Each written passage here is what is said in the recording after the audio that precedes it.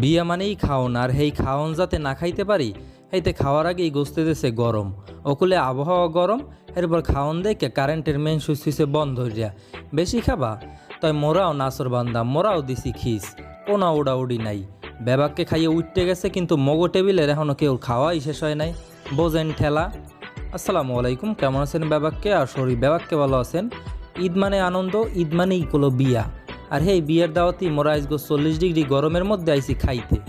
গ্রামের এককালে ছোটোখাটো একটা অনুষ্ঠান, মগো মানুষজন আইয়ে পড়ছে, এখনই বইয়ে পড়মু। বর পরপরই মনে করেন খাওয়ান দাওয়ান সব কিছু এমনি রেডি হয়ে গেছে। ওয়েলকাম ড্রিঙ্কস হিসাবে ট্যাঙের মতো শরবত তো আছেই। এই খাওয়াই আগে একটু পেটটা ভরিয়ে লাইবে আপনাকে আর কি, বুঝছেন, যাতে কম খাইতে পারেন। কম খাওয়াই যায় কিরামের সব সিস্টেম করলো হ্যাগোদারে আছে, এটা সবার দ্বারই আছে। মগো টেবিলে সব বাইসে বাইবরা দাল লইছি, পারফরমেন্স দেখাইতে হইবে না ক্যারেঞ্জিন কতটা ভালো। খাওন খাওয়াইবে আবার মগো বাইক নেই, বুঝছেন। পোলাওর আগেই সালাদ লইয়ে লইছি, কারণ খাওয়ানোর আসল মজাই হয়েছে সালাতে। সালাদ ভালো হইলে খাওয়ানো যাইবে বেশি, বুঝছেন। পোলাও বেশি লই নাই, কারণ খামো তো কয়টা গোস্ত আগেই বাড়ি গুনে নেয়াত করে যাইছি, বুঝছেন না, নেয়াত গুনে বরকত। ডিম আর রোস্ট দিয়ে একটু পোলাও খাইয়ে লই, বুঝছেন। লেগ পিস ছাড়া রোস্ট করলে ভালোই লাগে না মোর আবার। হপায় আইছে গরুর গোস্ত, হ্যাঁ কি বুদ্ধি করিয়া আগেই দেশে গরম, একুলে গোস্ত গরম, ওকুলে আবহাওয়া গরম। এরপর খাওয়ান দিকে কারেন্ট হইছে বন্ধ হইয়া, ফ্যান নাই, বোঝেন না কি হইবে হেলে। তাই মোরাও তো নাচর বান্দা, বুঝছেন, মোরাও খিচ দিছি। মোরা মনে করেন আজ খাইয়েটাই এককালে অবস্থা খারাপ বানাইলামো। গরমে দেখেন জামা খুললে হেলাইছে, মোর ভাই যে হেও বইয়ে রয়েছে, বুঝছেন। আর অগ কইলাম প্যান্টের বেল ঢিল করিলা, আইসগো ডেক খালি না বানাইয়া জামুন আইসগো। ভাগ্নেও আমার বাড়ি শেষ হয় আবার বাড়ি আনে, বাড়ি শেষ হয় আবার বাড়ি ভরি আনে। ওকুলে মামা তো ভাই পাতলা পতলায় হে কি লারা দিল, ওরে বাবা 3-4 কেজি এল্লাই সাপ করি এলাইছে। আগের দিন বলে খাইতে পারে নাই, কয় আগের দিন ভাইয়া খাইতে পারি নাই, আইসগো খামু এককাল মন ভরিয়া।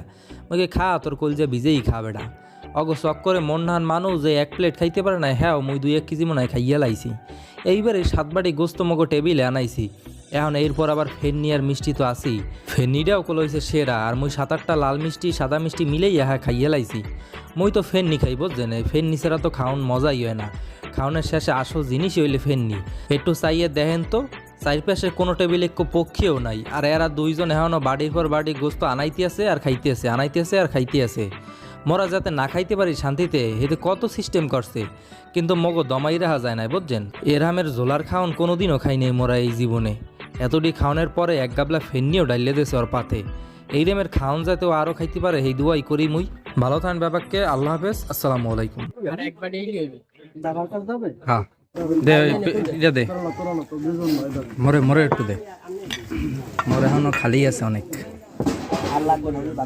হ্যাঁ না পানি লাগে